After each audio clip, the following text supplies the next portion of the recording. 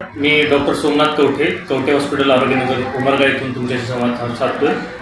सध्याच्या बदलत्या जीवनशैली आणि वातावरणातील बदलामुळे लहान मुले तसेच प्रौढ वृद्ध अशा सर्वांनाच श्वसनाचे विविध आजार या ठिकाणी जडताना आपण पाहत आहोत. तर सर्वांनी याची काळजी घेण्यासाठी बाहेरील वातावरणात फिरत असताना तोंडाला रुमाल किंवा मास्क बांधणे बंधनकारक आहे. ज्या रुग्णांना मधुमेह किंवा डायबिटीस आपण ज्याला म्हणतो त्याची लागण आहे अशा रुग्णांनी विशेषतः बाहेर फिरत असताना तोंडाला रुमाल मास्क वापरणे. जसं लहान मुलांमध्ये आपण लसीकरण करून घेत असतो तसंच प्रौढ माणसांमध्ये सुद्धा लसीकरण केलं जातं.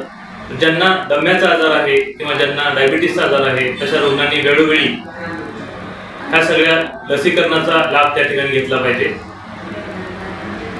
आणि ताप सर्दी खोकला असे संसर्गजन्य आजार झाल्यानंतर घरातील लहान मुले आणि वृद्ध पेशंट्सपासून आपण 2 हाताचे अंतर ठेवून राहिलं पाहिजे, मास्क वापरला पाहिजे. आजारी पडल्यानंतर त्या कालावधीमध्ये सगळ्यांनी पाणी भरपूर पिलं पाहिजे. तसेच व्हिटॅमिन सी युक्त आहार ज्याच्यामध्ये लिंबू संत्री मोसंबी ह्या गोष्टी येतात याचं सेवन जास्त प्रमाणात केलं पाहिजे. पुरेशा प्रमाणात आराम, भरपूर प्रमाणात पाणी आणि लहान मुले आणि वृद्धांपासून संसर्गजन्य त्यांना आजार होऊ नये म्हणून आपण त्या ठिकाणी काळजी घेतली पाहिजे.